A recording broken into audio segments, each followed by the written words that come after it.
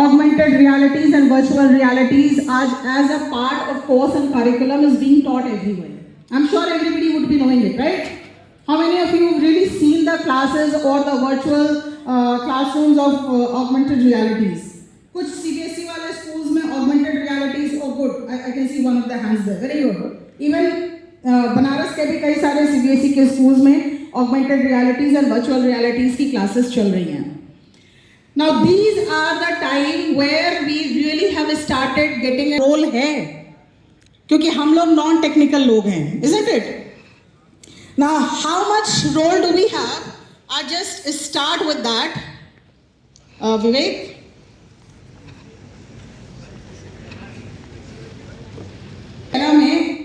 One of the core skills, one of the core things what we have as humans is empathy.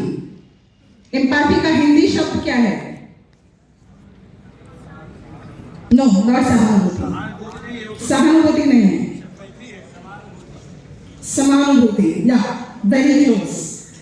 But Karuna, compassion जो है वो सब पर्यायवाची हैं, समानुभूति से ही मिलते जुलते हैं. लेकिन सबसे ज़्यादा इम्पोर्टेंट आज के तारीख में ये समझना हम सोशल साइंस के स्टूडेंट्स के लिए इम्पोर्टेंट है कि टेक्नोलॉजिकल एरा में जहां आपके पास एक क्लिक पे सारा सॉफ्टवेयर अवेलेबल है, सारी टेक्नोलॉजी है जिसके थ्रू आप सारा डेटा एनालिसिस कर सकते हो, तो फिर उन रोबोट्स के या उन वर्चुअल रियलिटी मेम्स के जगह पे हमें क्यों ही हायर किया जाए? कंपनीज क्यों हमें हायर करें? Because it involves lot of cost. Economics की स्टूडेंट हूँ, इसलिए कॉस्ट ऑफ प्रोडक्शन हमेशा ही हमें तय करना होता है.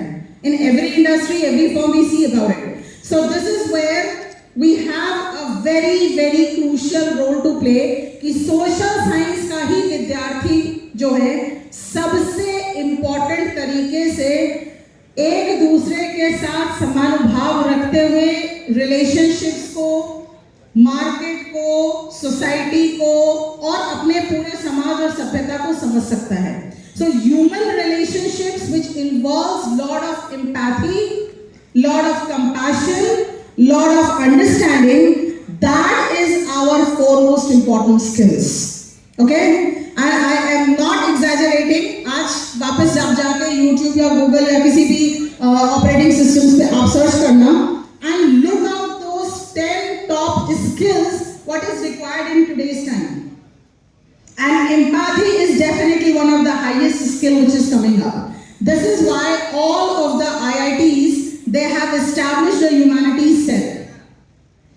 IITs हैं. We have the premier institute as IITs, right? Now all of those technocrats are best in their technologies, but why did they needed to bring in humanities and social sciences subjects?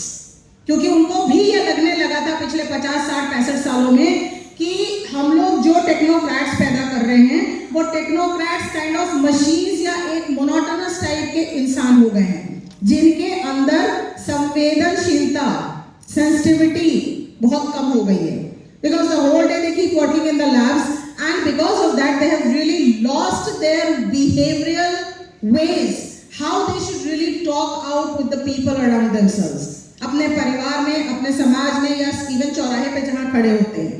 Now another very good insight for you is why did UPSC introduce the syllabus of humanities and ethics? Humanities तो था, but why did it introduce the human ethics and values? Because this is a time where we as humans have started losing it. All right. So now these all obviously you know it because you've taken it admission. 5 core subjects हैं. इन 5 core areas में आपको पता है कि psychology is which studies our human behavior and mental behavior. Sociology which studies our societal norms, relationships. Political science which studies our entire legal structures and legalities and political systems. History is the mother of all of the subjects क्योंकि चाहे medical science हो चाहे technology हो, definitely history has to be there. हर subject का history होता है. And economics को थोड़ा सा गलत तरीके से देखा जाता है because economics is something which not only talks about the money and money making. आज की तारीख में हम सिर्फ इकोनॉमिक्स को but basically economics is which studies the human behavior in relation to all of the choices which are best possible available. Now, so just quickly moving ahead, ये आगे क्यों नहीं जा रहा है? This is not working. Now just it's not moving. ये काम नहीं कर सबको चाहिए जो मैंने शुरू में कहा, ओनरशिप के लिए चाहिए, किसी को आइडेंटिटी के लिए चाहिए, किसी को रिलेशनशिप बिल्डिंग के लिए चाहिए, क्योंकि हर कोई पूछता है भाई क्या कमाते हो। और सबसे इम्पोर्टेंटली जब आप ये सब पब्लिक एड में या पॉलिटिकल साइंस में अगर आप पढ़े होंगे, पब्लिक एड में specially the theory of Maslow's and Herzberg जब आप पढ़ते हैं कि जब नीचे के सारी हमारी physical needs, emotional needs, mental needs जब पूरी होने लगती है, लाइक त्रिपाठी सर और हमारे एज में आने आते हैं, त्रिपाठी सर हमसे बहुत सीनियर है, तो हम लोगों की एज तक आते आते आपको लगता है कि ईश्वर की दया से आपके पास एक स्टेबल करियर है।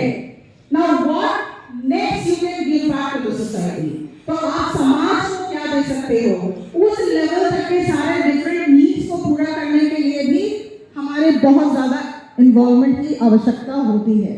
Now these are the three, मतलब टाइम्स ऑफ इंडिया से लेके हार्वर्ड एंड वॉल स्ट्रीट तक के अलग अलग पोर्टल्स पे आप जाइए, वेबसाइट्स पे जाइए, and these are the three most demanded skills in 2025.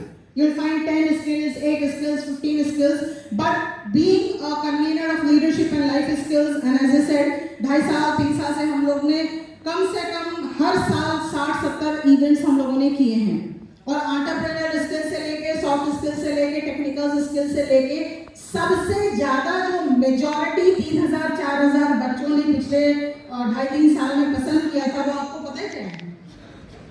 Emotional, mental, psychological wellness के बारे में, क्योंकि हम सबको पता है कि कोविड के बाद हम सब का बिहेवियर थोड़ा इरेशनल होता ही जा रहा है।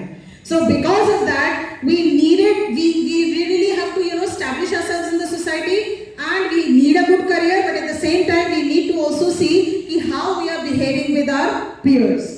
So communication and interpersonal skills के बारे में सब लोग बात करते हैं, but analytical and critical thinking जो सबसे ज्यादा हाईली डिमांडेड है। And why it is because एक आपने पढ़ा होगा डिजाइन थिंकिंग एंड इनोवेशन पे मैं बहुत सारा काम करती हूँ, तो design thinking is a new buzzword with everybody is talking about across the globe, और इंडिया के भी बहुत सारे प्रीमियर इंस्टीट्यूशंस डिजाइन थिंकिंग के बारे में बात कर रहे हैं। Just to give you one sentence, design thinking is nothing but the problem solving skills.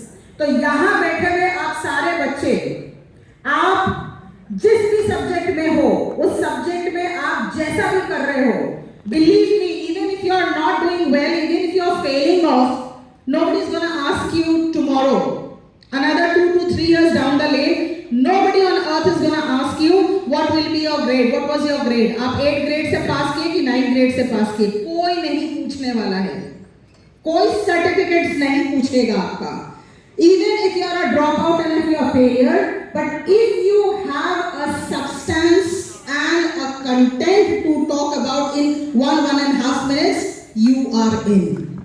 Do you get it what I'm saying? समझ में आ रहा है आपको? सर्टिफिकेशंस, डिग्रीज, ये सब बहुत थोड़ा सेकेंडरी